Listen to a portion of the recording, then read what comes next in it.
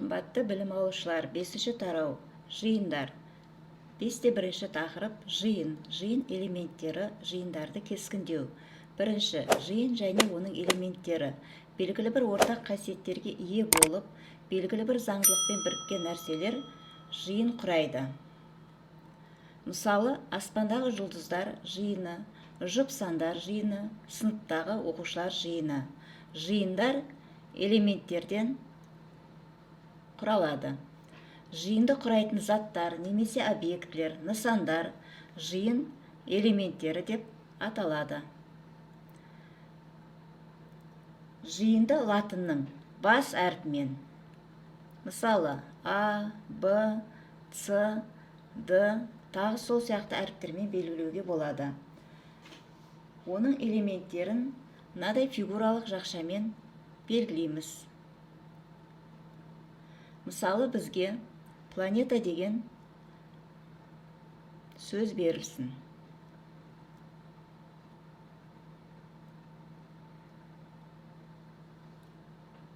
Осы планета сөзіндегі әріптер жиынын қандай да бір П әрпімен белгілейік.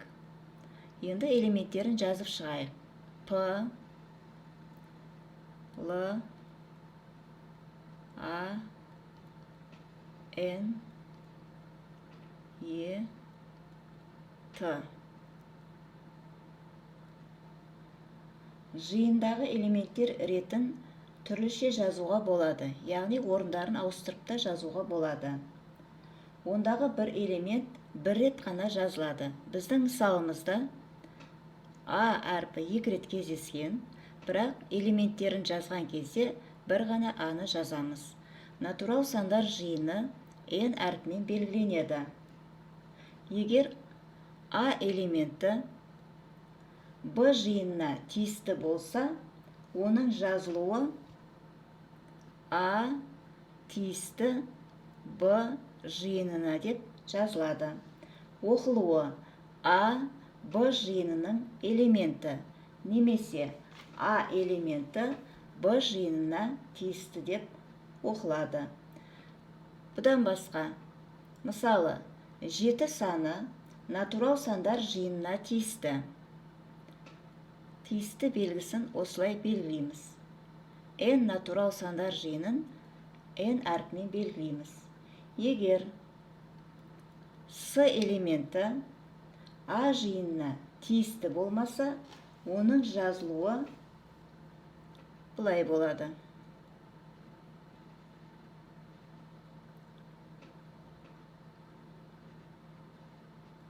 Оқылуы С элементі А жиынына тиісті емес.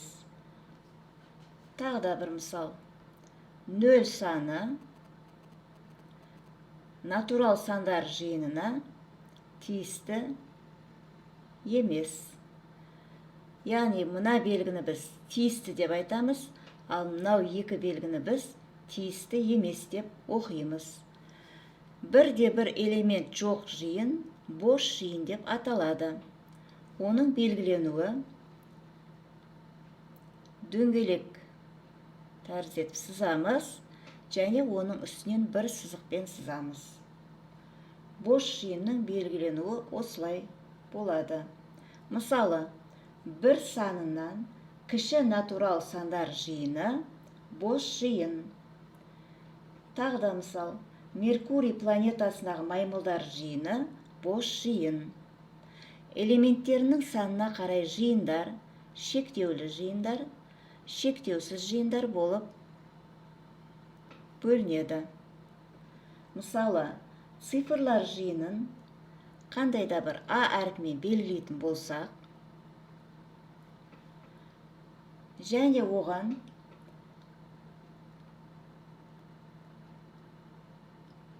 бірден 5-ке дейінгі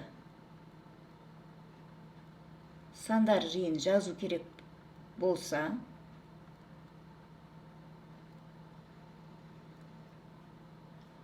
оның белгіленуін біз элементтер санын көрсетіп жазайық. Элементтер санын кішкентай n әрпімен белгілейміз де, А жиыныны элементтер саны 1, 2, 3, 4, 5 деп белгілеп қоямыз.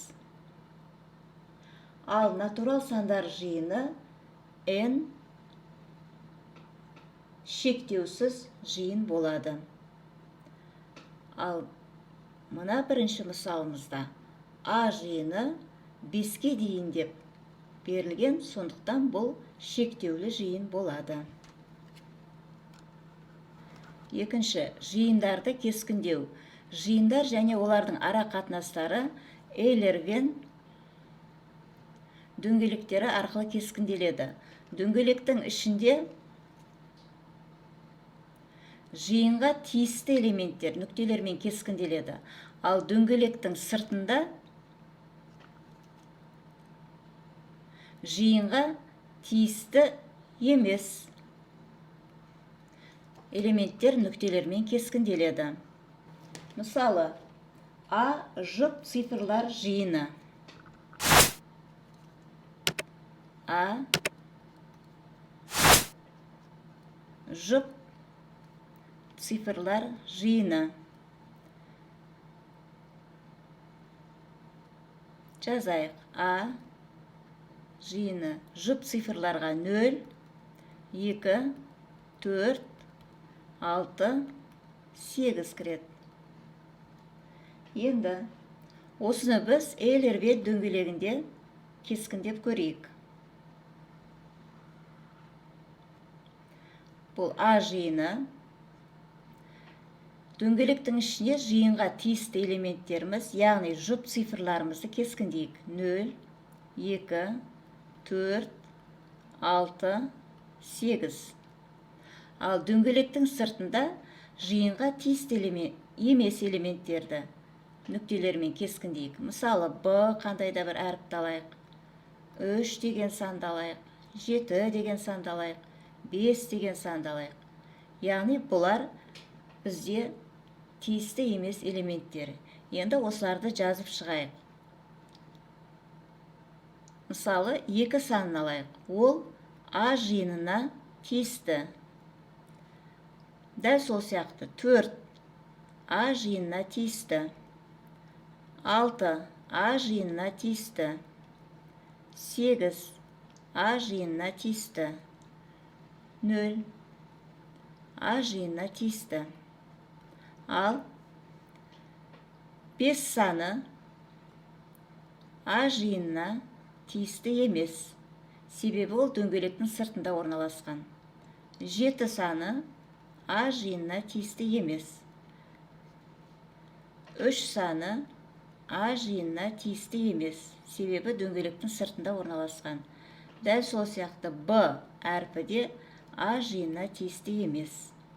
Яғни тиісті емес элементтер дөңгелектің сыртында орналасқан. Ал тиісті элементтер дөңгелектің ішінде орналасқан. Яғни бұл жерде бізде тапсырмада жұп цифрлар жиынын жазу керек болған. Яғни тиісті элементтерді біз дөңгелектің ішінде кескіндедік. 1017 есеп. Жиындардың аттарын атаңдар. Бірінші, оқушыларды оқытатын қызметкерлер жиыны. Ұстаздар.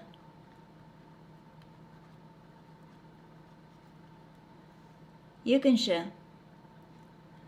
өлеңге ән жазатын мамандар жиыны. Композиторлар.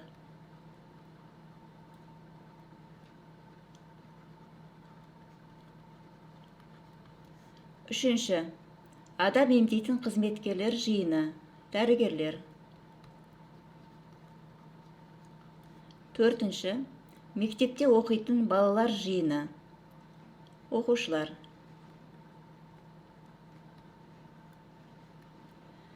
1018 есеп. Мына сөздердегі әріптер жиынын элементтерімен жазыңдар және элементтер санын көрсетіңдер. Бірінші, математика сөзіндегі әріптер А жиыны. Жазайық. А жиыны. Яғни математика деген сөзде неше әріп бар? Бірінші М әрпін жазамыз. А әрпін. Т, Е, М жаңа бас жағында кездесті, оны жазбаймыз. А бар, оны да жазбаймыз. Т бар. И, К. А жаңа кездесті. Сондықтан оны біз жазбаймыз. Енді элементтер санын жазатын болсақ, N, A тең. Санаймыз. 1, 2, 3, 4, 5, 6. N элементтер саны A жиынында 6. Екінші. Космос сөзіндегі әріптердің B жиынын жазыңыз. B жиыны К элементінен, О элементінен, С элементі, М элементі. О қайталанып жатыр, сондықтан жазбаймыз. С әрпі де қайталанып жатыр, сондықтан жазбаймыз. Жиынды аяқтаймыз. Бұл жердегі элементтер саны N, B тең. Санаймыз. 1, 2, 3, 4. 4-ке тең. Келесі. Үшінші. Транспортир сөзіндегі әріптердің С жиынын жазайық. Т, Р, А, Н, С, П, О. Р дыбысы кездесті жазбаймыз. Т кездесті жазбаймыз. И, Р кездесті, енді жазбаймыз оны. Енді элементтер санын жазатын болсақ, кішкентай N, С тең. Нешеу санаймыз? 1, 2, 3, 4, 5, 6, 7, 8. Яғни транспортир сөзіндегі әріптердің С жиыны, яғни элементтер саны 8-ге тең. 1019 есеп. Мына жиындардан бос жиынды тауып, оны белгіленуімен жазыңдар. Бірінші. Шолпан планетасындағы балықтардың А жиыны.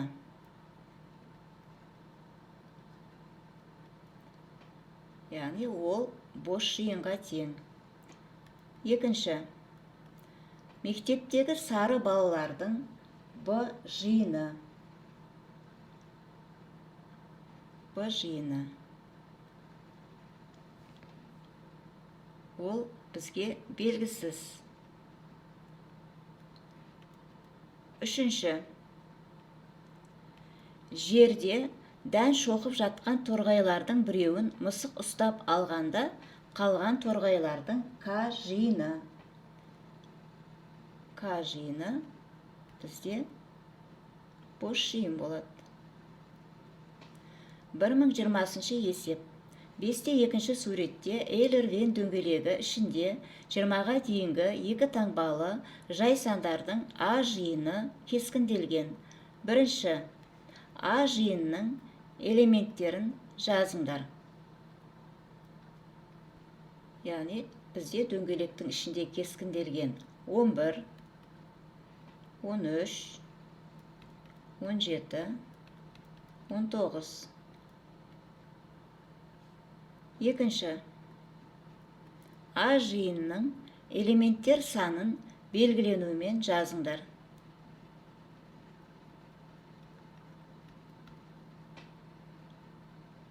1, 2, 3, 4. Үшінші. А жиынына қай элементтер тиісті емес, оларды белгіленуімен жазыңдар. Дөңгелектің сыртында тұрған 25 саны А жиынына тиісті емес. Дөңгелектің сыртында тұрған 12 саны А жиынына тиісті емес. 1021 есеп. Жиындардың аттарын атаңдар. Бірінші. Нәрселерді санауда қолданылатын сандар жиыны. Натурал сандар.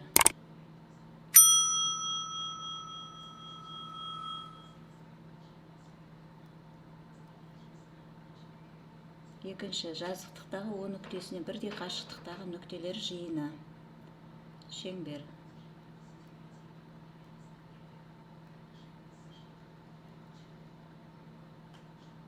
Үшінші. Бір нүктеден шыққан екі сәуледен құралған фигуралар жиыны бұрыш.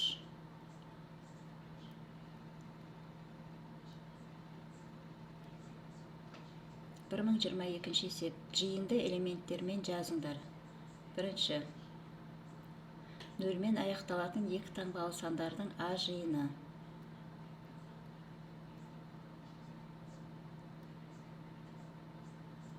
Он, 20, 30, 40, 50, 60, 70, 80, 90. Екінші. Бөлімі 6-ға тең дұрыс бөлшектердің Б жиыны. Бөлімі 6-ға тең. 6-дан 1, 6-дан 2, 6-дан 3, 6-дан 4, 6-дан 5. Үшінші. Алымы 7-ге тең бұрыс бөлшектердің С жиыны. Алымы 7-ге тең.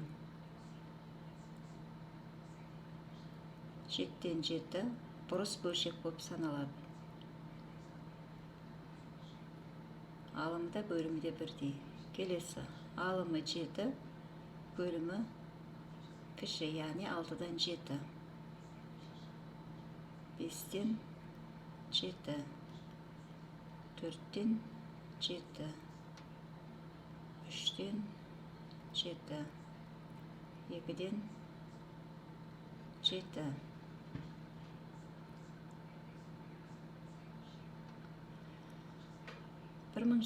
есеп. Бос орындарға тиісінше шектеулі жиын, шектеусіз жиын сөздерін қойып, сөйлемдер толықтырып жазыңдар. Бірінші. Кесінді бойындағы нүктелер жиыны. Шектеулі.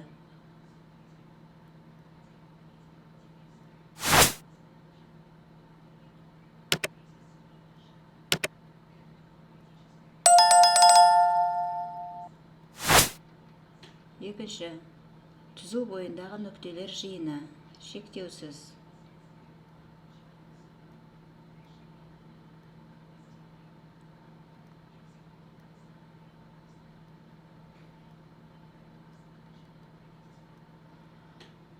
Үшінші. 12 санның бөлікштерінің жиыны. Шектеулі.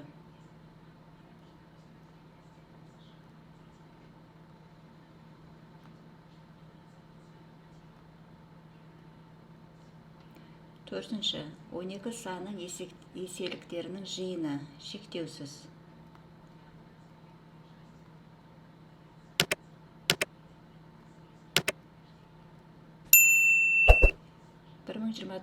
есеп. Егер 1 А жиынына тиісті, 2 А жиынына тиісті емес, 3 А жиынына тиісті, 4 А жиынына тиісті емес, 5 А жиынына тиісті, 15 А жиынына тиісті болса. Бірінші. А жиынына тиісті элементтерді Эйлер-Вен дөңгелегімен кескіндеңдер. А жиыны тиісті 1 саны, 3 саны, цифры, 5 цифры, және 15 цифр. Бұл жерде 1, 3, 5 сан, 15 бұл А жиынына тиісті. Екінші. А жиынына тиісті емес элементтерді кескіндеңдер. 2 тиісті емес, және 4 тиісті емес.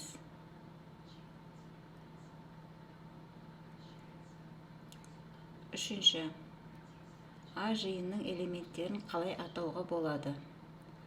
А жиынның элементтерін жазып шығайық.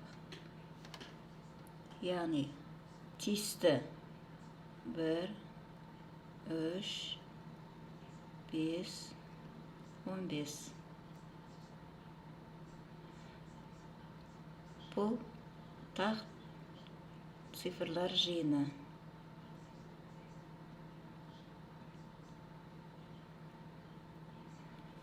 Ал 2 және 4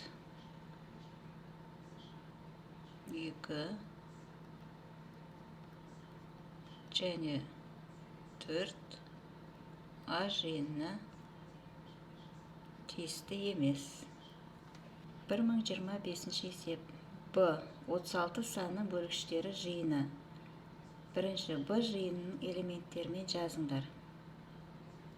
Б жиынның элементтерімен, яғни 36 санының бөлгіштерін жазып шығайық. 36 саны 1-ге бөлінеді, 2-ге, 3-ге, 4-ге, 6-ға, 9-ға, 12-ге, 18-ге және 36-ның өзіне. Екінші, Б жиынның элементтер санын көрсетіп, белгіленумен жазыңдар. Элементтер санын n әрпімен жазып, Б жиынын жақшаға аламыз. Енді неше элементі бар санап шығамыз. 1, 2, 3, 4, 5, 6, 7, 8, 9. Олай болса, Б жиынның элементтер саны 9. 1026 есеп. Біріншісі, А 11-ге еселік болатын 2 таңбалы сандар жиын жазу керек. А жиын элементтермен жазыңдар. 11 санына еселік. 11, 22, 33, 44, 55, 66, 77, 88, 99. Екінші, А жиынның элементтер санын белгіленумен көрсетіп жазыңдар. N элементтер санын жазатын болсақ, санаймыз. 1, 2, 3, 4, 5, 6, 7, 8, 9. А жиынның элементтер саны 9. 1028 есеп. Жиындар қалай аталады? Бірінші, бірге және сол санның өзіне тең әртүрлі 2 ғана бөлгіші бар натурал сандар жиыны. Жай сандар.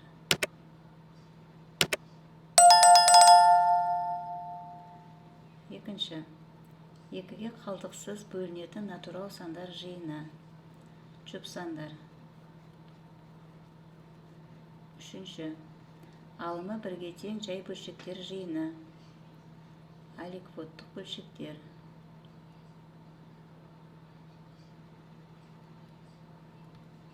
Төртінші, бірліктерден де кіші разряды бар ондық жүйеде жазылған сандар жиыны.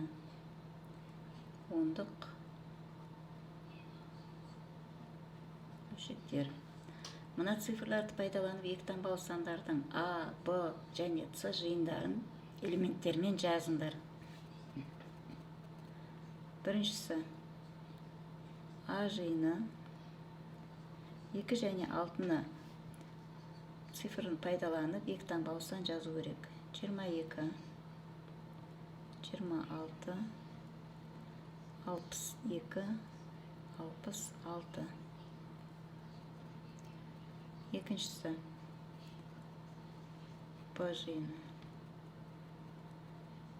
0, 1, 7, 10, 11,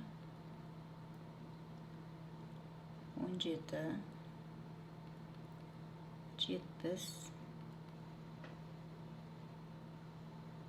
71, 77. Üçüncüsін өзіміз орындаймыз. 1030 есеп. 53 суретте А және Б жиындарының элементтері эйлервен дөңгелектермен кескінделген. Бірінші А жиынын Б жиын элементтерімен жазыңдар. Бірінші А жиын жазамыз. 1, 3, 5, 15. Енді Б жиын жазамыз.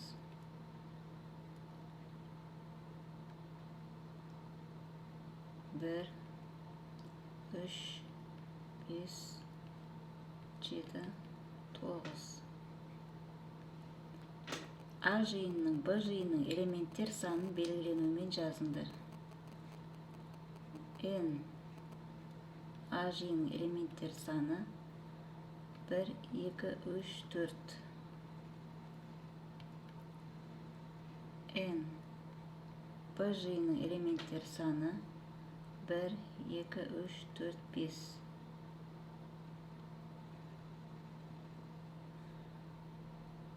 Үшінші. А жиынына қай элемент тиісті емес? 7. А жиынына тиісті емес. 9. А жиынына тиісті емес. Ал Б жиынына 15 саны тиісті емес. 1031 есеп. Жиын элементтерінің қасиеті бойынша берілген А жиынның элементтерін жазыңдар. X 12 санының бөлгіштерін тап. 1, 2, 3, 4, 6, 12. Егер видео ұнаған болса, менің каналыма тіркеліп, лайк басып, комментарий жазып қойыңыздар, және де достарыңызбен бөлісуді ұмытпаңыздар. Назарларыңызға рахмет.